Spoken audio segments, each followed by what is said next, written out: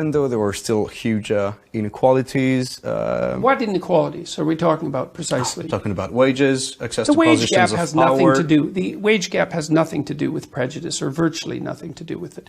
Single men and women in their 20s. In fact, there's a wage advantage for single women in their 20s.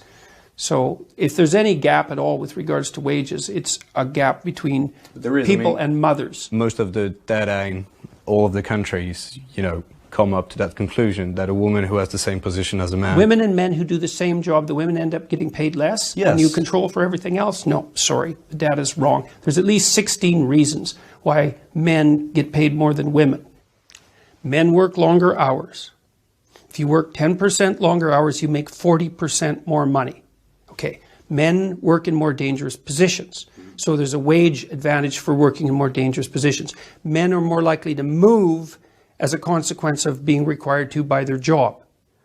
So men are, there's more. I understand what you're saying. You're saying that there were many different points that explain why we come up to that final statistic, but that if you look at the reasons why, then it's because men work longer, because they move more than women, and they work in more dangerous positions. They're more likely to work outside. I'll take you on that. They're more likely to work in STEM fields. They're more likely to work in fields where you can scale. If you look and you say, well, on average, women make less money than men, which is also different than saying that they make less for doing the same work, because those aren't the same claims, then you have to say, well, what are the reasons that are contributing to that? You can't just say, well, it's a consequence of gender discrimination, unless you can only think about one thing at a time.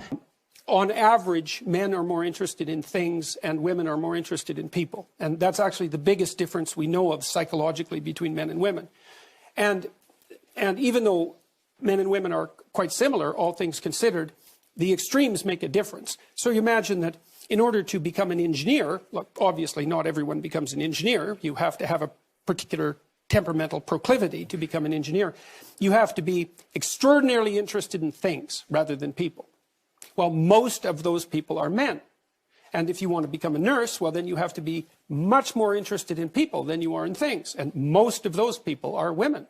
And so you get differences in occupational choice that are also, by the way, quite great in Scandinavia, especially in the case of engineering and nursing, that are mostly due to biological differences, and you cannot minimize that by social engineering.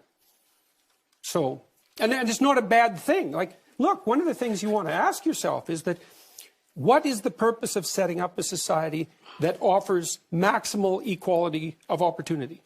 And one of the answers is that you maximize people's free choice. And if you maximize free choice, then you also maximize differences in choice between people. And so you can't have both of those. But of course it will have differences in choice, of course, because we are human beings. But I can't see why it differs between me and Skavlan, for instance.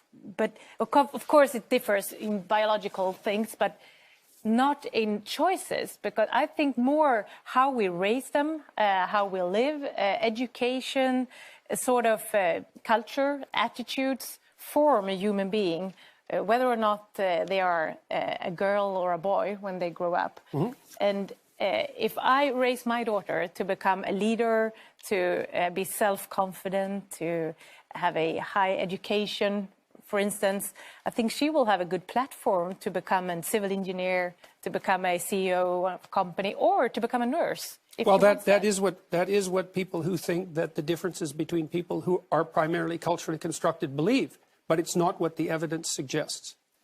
Okay, we don't agree on that. But violence often pops up in your work as something you think drives things. That I think you've said in relations between men are regulated by a background threat of force, and in a sense that's why men have difficulty with women. Is it really so? No, that's why men have difficulty with women who are completely out of control.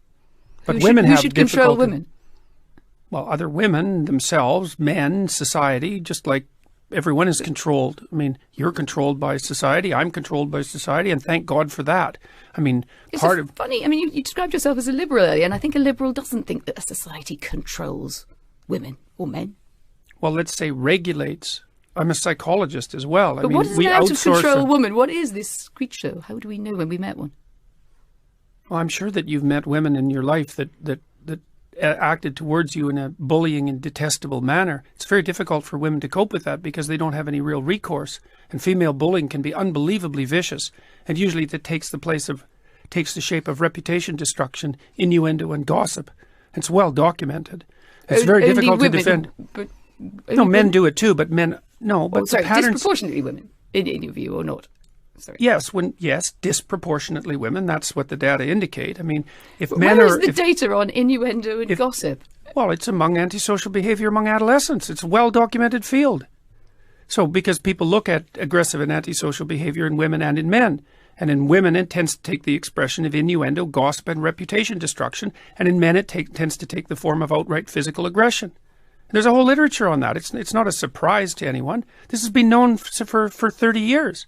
I mean, the rates of antisocial... I think the idea of the female gossip probably predates 30 years. Well, it does. By a long time, but that doesn't make it gospel, but really, people does it? No, it doesn't. But people have looked at how women express... Look, women have to express aggression somehow unless you're willing to say that they're not aggressive. They tend not to do it physically, not to the degree men do, so they use other channels.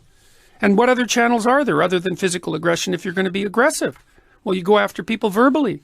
You go after them with innuendo and gossip and reputation destruction. And that's how it works. And just to be clear, that you think that's predominantly a female modus operandi? It isn't that I think that. Well, it's that the clinical literature indicates that. It isn't that I think it. Well, I'm not interviewing the clinical literature. I'm interviewing you. What do you think? Well, I'm a psychologist and a scientist, and I tend scientist. to base my opinions on what I've read in the broad, relevant clinical literature. I'm not making this stuff up. I studied antisocial behavior for like 15 years. I'm actually quite an expert on it. You accept this oppression narrative without question. You know, 120 I years don't. ago... I don't accept anything without question. I'm just telling you a fact. That's not a fact. Yes, it is. No, it's not. Women were expected to stay home and take care of the kids and cook a meal. That's a Women didn't have reliable birth control until 1960. You know, don't you think that played a role? Don't you think the fact that they didn't have reliable care for Are you their blaming women cycles, for not being allowed to lead countries, to lead nations? Because they didn't They were allowed to lead nations. There were queens in many countries. I think you have no idea how much this oppression narrative has saturated your thinking. There's not a secular humanist organization or country on the planet that has ever produced as a good thing, an intentional good thing, rapists and murderers. So, well, that's highly debatable. That's highly debatable. Actually, I mean, it's absolutely true because there's never been a secular humanist government on the planet. I don't know. I think the Soviets were pretty secular. No, humanists.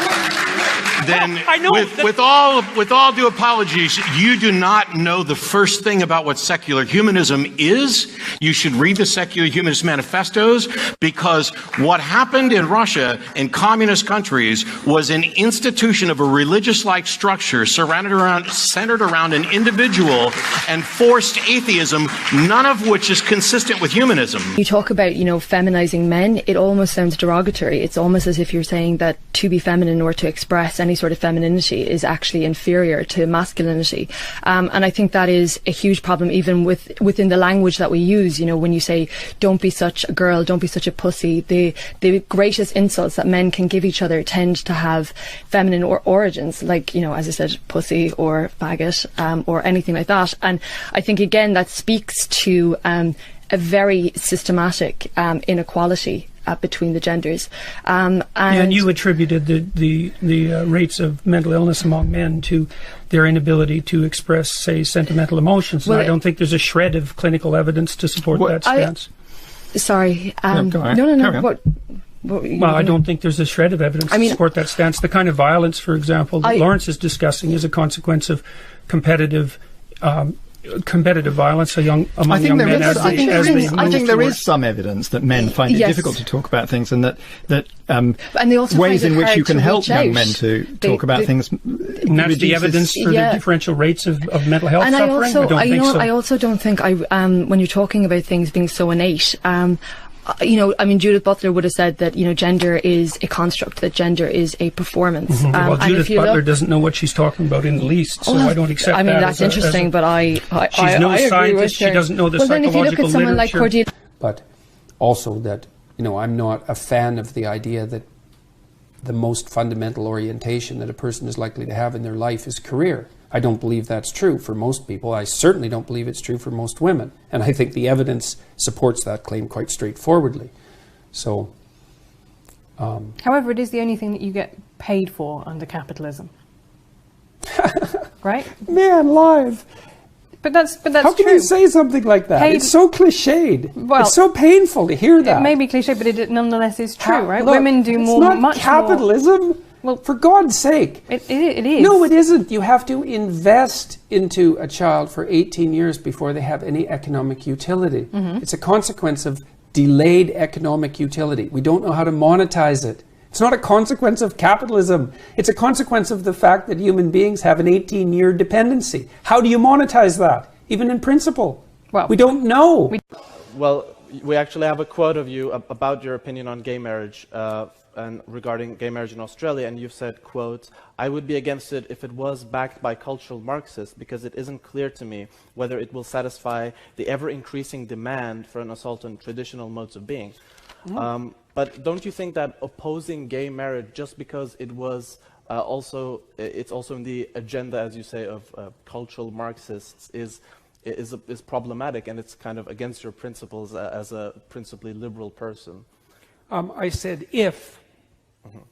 Right? So if you read the quote again, that's what it started with. The fundamental news that's important about what I'm doing isn't the political element. And the people who talk to me don't talk politically. They say they've watched my lectures. But part of it is that I think for a lot of people the kind of personal does become the political. Or the political becomes the personal. Yeah, and I think in terms of the... Yeah, but in this situation, a lot of people are wrong, because primarily what's happening is people are watching my lectures, and as a consequence, their lives are improving dramatically. Oh, I'm sure they are. I'm sure people are like, have had a huge conversion after, and they're much happier once they've been... It's not a conversion. But what I would like to do is kind of almost...